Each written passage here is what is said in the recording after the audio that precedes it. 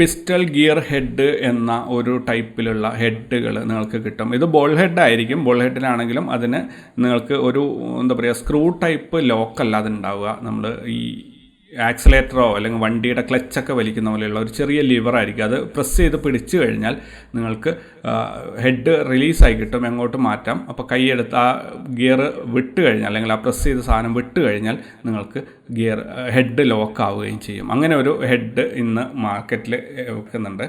അപ്പോൾ cost vice അതിൻ്റെ മറ്റു കാര്യങ്ങൾ എനിക്കറിയില്ല. ഇതെല്ലാം ഒരല്പം ഫാൻസി ആയിട്ടുള്ള ഒരു ഐറ്റമാണ്. ഏറ്റവും നല്ലത് നിങ്ങൾ ത്രെഡ് തിരിച്ച് മുറുക്കുന്ന ടൈപ്പ് ഹെഡ് വാങ്ങിക്കുന്നതാണ്. അതാകുമ്പോൾ നമുക്ക് വളരെ എളുപ്പത്തിൽ മുറുക്കാൻ പറ്റും. മാത്രമല്ല ഇത് കുറച്ചധികം കാലം നിൽക്കുന്ന ഐറ്റംസ് ആയിരിക്കും നമ്മൾ ഈ ട്രഡീഷണലായിട്ട് നമ്മൾ ഫോളോ ചെയ്ത് വരുന്ന പല സംവിധാനങ്ങളും.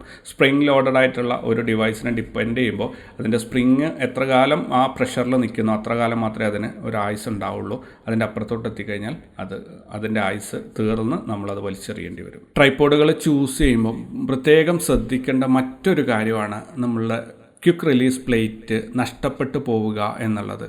നിങ്ങളൊരു ഏതെങ്കിലും ഒരു ഓൺലൈൻ ചെറിയ കാശിന് കിട്ടുന്ന ഒരു ഓൺലൈൻ പ്രൊഡക്റ്റാണ്, ഒരു ട്രൈപോഡാണ് നിങ്ങൾ വാങ്ങിയതെങ്കിൽ ഏതെങ്കിലും ഒരു സന്ദർഭത്തിൽ നിങ്ങൾ ക്യാമറയിൽ നിന്ന് അഴിക്കുമ്പോൾ നിങ്ങളുടെ ബേസ് പ്ലേറ്റ് അഥവാ ക്വിക്ക് റിലീസ് പ്ലേറ്റ് നഷ്ടപ്പെട്ടു പോയി, അല്ലെങ്കിൽ നിങ്ങൾ എവിടെയെങ്കിലും വെച്ച് മറന്നുപോയി കാണാതായി പോയി കഴിഞ്ഞാൽ ഈ 3 കാലുള്ള ഈ സാധനം പിന്നെ ഒന്നിനും തന്നെ കൊള്ളാതെ നിങ്ങളുടെ വീട്ടിലിരുന്ന് പോകും. പക്ഷേ നിങ്ങൾ ഫേമസ് ബ്രാൻഡിൻ്റെ ഇപ്പം മാൻഫ്രോട്ടോ അല്ലെങ്കിൽ വാൻഗാർഡ് സ്ലിക്ക് പോലെയുള്ള ബ്രാൻഡിൻ്റെ ഒരു ട്രൈപോഡാണ് വാങ്ങിക്കുന്നതെങ്കിൽ ഒരുവിധം ട്രൈപോഡിൻ്റെ ഒക്കെ തന്നെ ക്വിക്ക് റിലീസ് പ്ലേറ്റുകൾ നിങ്ങൾക്ക് റീറ്റെയിൽ മാർക്കറ്റിൽ വാങ്ങിക്കാൻ പറ്റും. അല്ലെങ്കിൽ ഓൺലൈനിൽ ഓർഡർ ചെയ്തിട്ട് നിങ്ങൾക്ക് ആ സ്പെസിഫിക് ആയിട്ടുള്ള ക്വിക്ക് റിലീസ് പ്ലേറ്റുകൾ വാങ്ങിക്കാൻ പറ്റും. അപ്പം നിങ്ങൾ 10,000 രൂപയുടെ ഒരു ട്രൈപോഡ് വാങ്ങിച്ചു, അല്ലെങ്കിൽ നിങ്ങൾ ഒരു ചൈനീസ് കമ്പനിയുടെ 2,000 രൂപയുടെ ഒരു ട്രൈപോഡ് വാങ്ങിച്ചു, ഒരു മാസം കഴിയുമ്പോൾ നിങ്ങൾ ക്വിക്ക് റിലീസ് പ്ലേറ്റ് എവിടെയോ നഷ്ടപ്പെട്ടു പോയി, അല്ലെങ്കിൽ അത് പ്ലാസ്റ്റിക് ആയിരുന്നു, അത് പൊട്ടിപ്പോയി കഴിഞ്ഞാൽ നിങ്ങൾ ട്രൈപോഡ് കംപ്ലീറ്റ് എടുത്ത് ഒഴിവാക്കേണ്ടി വരും. പിന്നെ ഒന്നിനും ഉപയോഗിക്കാൻ സാധിക്കില്ല. അതേ സമയത്ത് നിങ്ങൾ 10,000 രൂപയുടെ ഒരു മാൻഫ്രോട്ടോയുടെ അല്ലെങ്കിൽ അതുപോലെയുള്ള നല്ല സ്റ്റാൻഡേർഡ് കമ്പനിയുടെ ഒരു ട്രൈപോഡാണ് വാങ്ങിക്കുന്നതെങ്കിൽ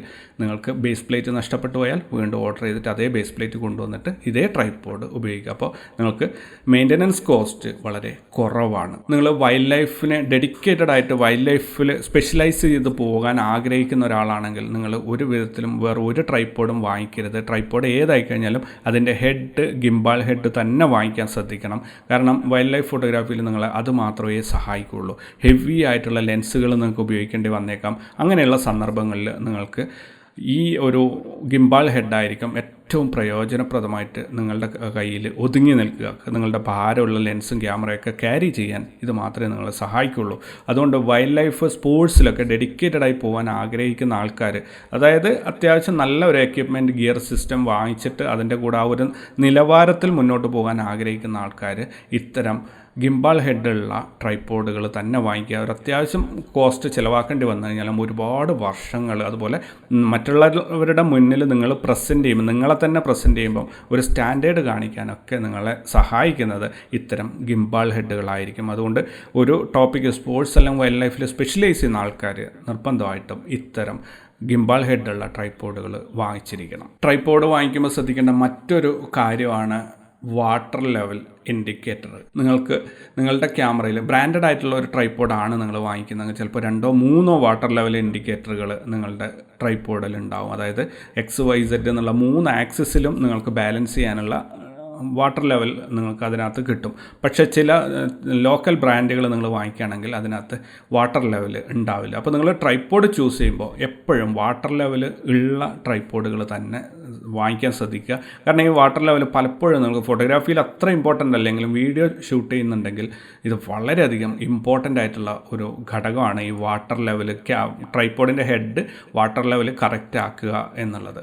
അഥവാ നിങ്ങൾ ഓൾറെഡി ട്രൈപോഡ് വാങ്ങിച്ച ഒരാളാണ്, അതിൽ വാട്ടർ ലെവൽ ഇല്ലെങ്കിൽ നിങ്ങൾക്ക് ഓൺലൈനിൽ ഒരു 50-100 രൂപ കൊടുത്തു കഴിഞ്ഞാൽ നിങ്ങളുടെ ക്യാമറയുടെ ഹോട്ട് ഷൂവിൽ മൗണ്ട് ചെയ്യാൻ പറ്റുന്ന രീതിയിലുള്ള ചെറിയ വാട്ടർ ലെവലുകൾ കിട്ടും. അത് വാങ്ങിച്ചിട്ട് ക്യാമറയുടെ മുകളിലൊന്ന് വയ്ക്കുക, അതിനുശേഷം വാട്ടർ ലെവൽ കറക്റ്റ് ആയാൽ അത് ഊരി മാറ്റി പോക്കറ്റിലേക്ക് ഇട്ടുക. അങ്ങനെ ഒരു ഡിവൈസും നിങ്ങൾക്ക് വാങ്ങിക്കാൻ കിട്ടും. പക്ഷേ നിങ്ങൾ ട്രൈപോഡ് വാങ്ങിക്കുമ്പോൾ എപ്പോഴും വാട്ടർ ലെവൽ ഉണ്ട്, മിനിമം ഒരെണ്ണമെങ്കിലും ഉണ്ട് എന്ന് ഉറപ്പ് വരുത്തിയിട്ട് വേണം വാങ്ങിക്കാൻ വേണ്ടിയിട്ട്.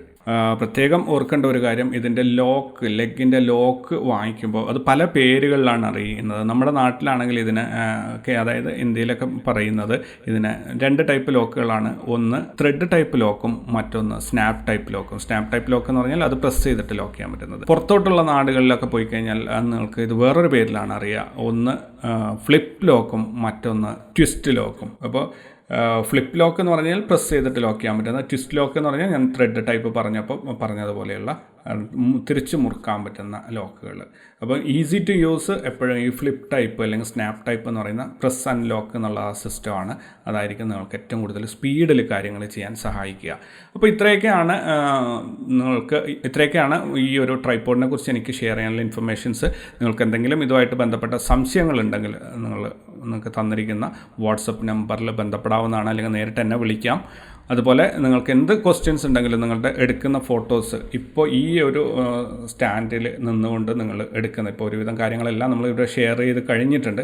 ഈ ഒരു സമയത്ത് നിങ്ങൾ എടുക്കുന്ന ഫോട്ടോസ് നിങ്ങൾക്ക് ഒരാൾക്കൊരു ഫോട്ടോ വെച്ചിട്ട് നിങ്ങൾ നമ്മുടെ വാട്സപ്പ് ഗ്രൂപ്പിൽ ഷെയർ ചെയ്യുകയാണെങ്കിൽ കൃത്യമായിട്ട് അതിന് എന്തൊക്കെയാണ് പോരായ്മകൾ എന്ന് എനിക്ക് പറഞ്ഞു തരാൻ പറ്റും. ദയവായിട്ട് നിങ്ങൾ ബൾക്കായിട്ടുള്ള ഫോട്ടോസ്, നിങ്ങൾ മുൻപൊക്കെ എടുത്ത ഒരുപാട് 10, 20, 25 ഫോട്ടോസ് ബൾക്കായിട്ട് അയക്കരുത്. ഒരാൾ ഒരു ഫോട്ടോ വെച്ച് മാത്രം അയക്കുക. നിങ്ങൾ ഏറ്റവും നല്ലത് എന്ന് നിങ്ങൾക്ക് തോന്നുന്ന ഫോട്ടോ ഗ്രൂപ്പിൽ ഷെയർ ചെയ്യുക. 2 കാര്യങ്ങൾക്കാണ് നിങ്ങൾ ഗ്രൂപ്പിൽ ഷെയർ ചെയ്യുന്നത്. ഒന്ന്, മറ്റുള്ളവരെ ഇൻസ്പയർ ചെയ്യാൻ വേണ്ടി, അവർക്കും ഇത് കണ്ടു കഴിഞ്ഞാൽ ഇങ്ങനെയൊക്കെ ചെയ്യാൻ പറ്റും, എനിക്കും ചെയ്യണം എന്നുള്ളൊരു തോന്നലുണ്ടാക്കാനും. രണ്ടാമത്തെ, എനിക്ക് ആ ഫോട്ടോ നോക്കിയിട്ട് അതിനകത്ത് എന്തെങ്കിലും പോരായ്മകൾ ഉണ്ടെങ്കിൽ പറഞ്ഞു തരാനും സാധിക്കും. അതുപോലെ നിങ്ങൾക്ക് നിങ്ങളുടെ ഫോട്ടോസ് ഷെയർ ചെയ്യാൻ വേണ്ടി നമുക്ക് നമ്മുടേതായ ഫേസ്ബുക്ക് ഗ്രൂപ്പുണ്ട്. തീർച്ചയായിട്ടും അതിനകത്ത് എല്ലാ ഫോട്ടോസും നിങ്ങൾക്ക് ഷെയർ ചെയ്യാം. സെലക്റ്റഡ് ആയിട്ടുള്ള ഫോട്ടോസ് ഞങ്ങൾ പരമാവധി ഹൈലൈറ്റ് ചെയ്യാൻ വേണ്ടി ശ്രമിക്കുന്നുണ്ട്. അപ്പോൾ ഫേസ്ബുക്ക് ഗ്രൂപ്പും വാട്സപ്പ് ഗ്രൂപ്പൊക്കെ പരമാവധി ഉപയോഗപ്പെടുത്തുക. വാട്സപ്പ് ഗ്രൂപ്പ് നിങ്ങൾ ഉപയോഗപ്പെടുത്തേണ്ടത് നിങ്ങളുടെ സംശയ നിവാരണത്തിന് വേണ്ടിയിട്ടാണ്. ഫേസ്ബുക്ക് ഗ്രൂപ്പ് ഉപയോഗപ്പെടുത്തേണ്ടത് നിങ്ങളുടെ പബ്ലിസിറ്റിക്ക് വേണ്ടിയിട്ടാണ്. ഫേസ്ബുക്ക് ഗ്രൂപ്പിൽ ഒരിക്കലും ഫോട്ടോ റിവ്യൂസ് ഉണ്ടായിരിക്കുന്നതല്ല. വാട്സപ്പ് ഗ്രൂപ്പിലേക്കാണ് ഫോട്ടോ റിവ്യൂ ചെയ്യാൻ നിങ്ങൾ അയക്കേണ്ടത്. ഓക്കെ, അപ്പോൾ ഈ ഒരു സെഷൻ ഇവിടെ കൺക്ലൂഡ് ചെയ്യുകയാണ്.